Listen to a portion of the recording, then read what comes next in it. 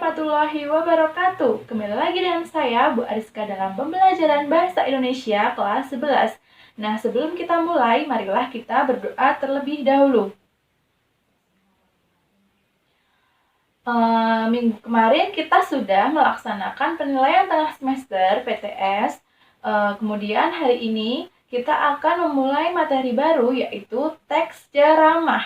Nah, Ibu akan menjelaskan menggunakan via PowerPoint, nanti anak-anak menyimaknya dengan baik ya. Oke, langsung saja kita mulai teks ceramah. Pengertian dari ceramah. Ceramah merupakan jenis keterampilan berkomunikasi lisan atau biasa disebut public speaking.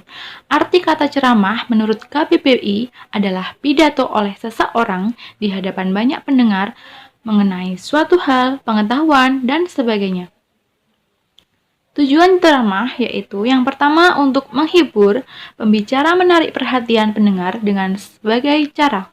Yang kedua, menginformasikan sesuatu hal yang sesuai dengan topik.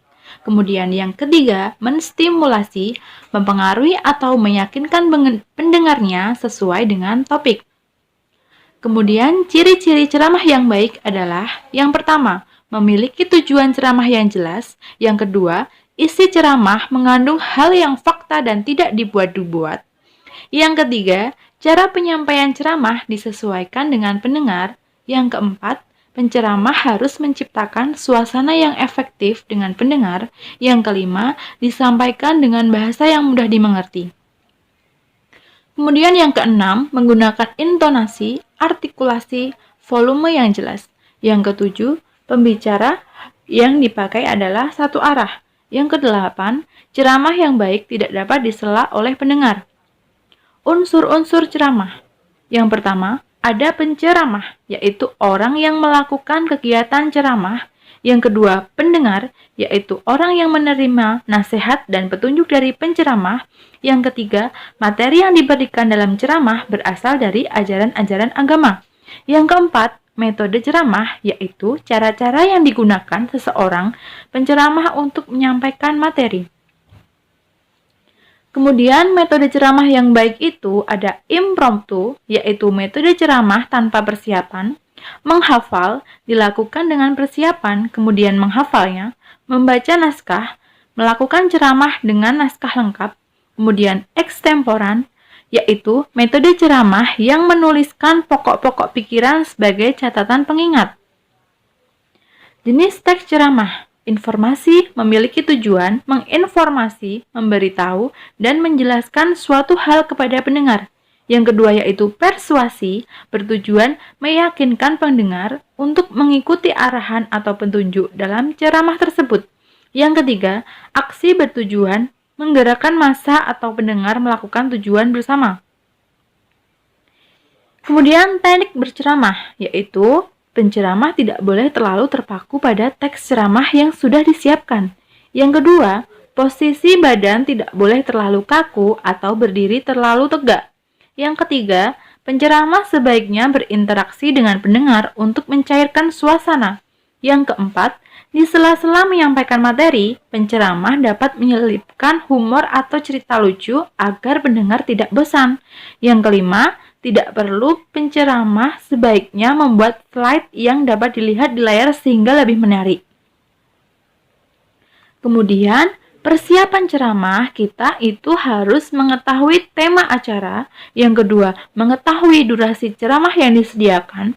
Yang ketiga, mengetahui pendengar atau audiensi yang akan mendengarkan ceramah. Yang keempat, menyiapkan materi ceramah sesuai dengan tema dan menguasai materinya dengan baik.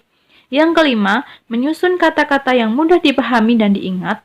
Dan yang keenam, menyiapkan bahan-bahan dan perlengkapan ceramah. Struktur teks ceramah itu ada 3. Pendahuluan, isi ceramah, dan penutup. Dan di dalam pendahuluan itu terdapat pembuka, yaitu berisi salam pembuka, ucapan penghormatan dan ucapan syukur. Yang kedua, ada pengantar yang berisi paragraf yang mengarah pada topik.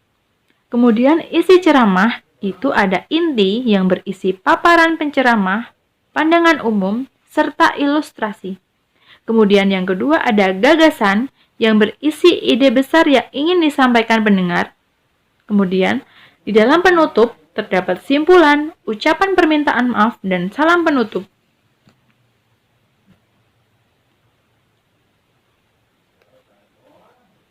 Kemudian ada kaidah kebahasaan teks ceramah. Dalam kaidah kebahasaan teks ceramah, kita harus menggunakan kata ganti orang pertama tunggal dan kata ganti orang kedua jamak sebagai sapaan. Kata ganti orang pertama seperti saya, aku, dan untuk menggunakan kata-kata menajubkan hubungan argumentasi sebab akibat seperti sebab, karena, dengan demikian, jika, maka, akibatnya, oleh karena itu. Kemudian yang ketiga, menggunakan kata-kata teknis atau peristilahan yang berkenaan dengan topik tentang masalah kebahasaan yang menjadi fokus pembahasannya. Yang keempat, menggunakan kata-kata persuasif atau ajakan. Yang kelima, menggunakan kata-kata kerja mental seperti memprihatinkan, mengagumkan, diharapkan.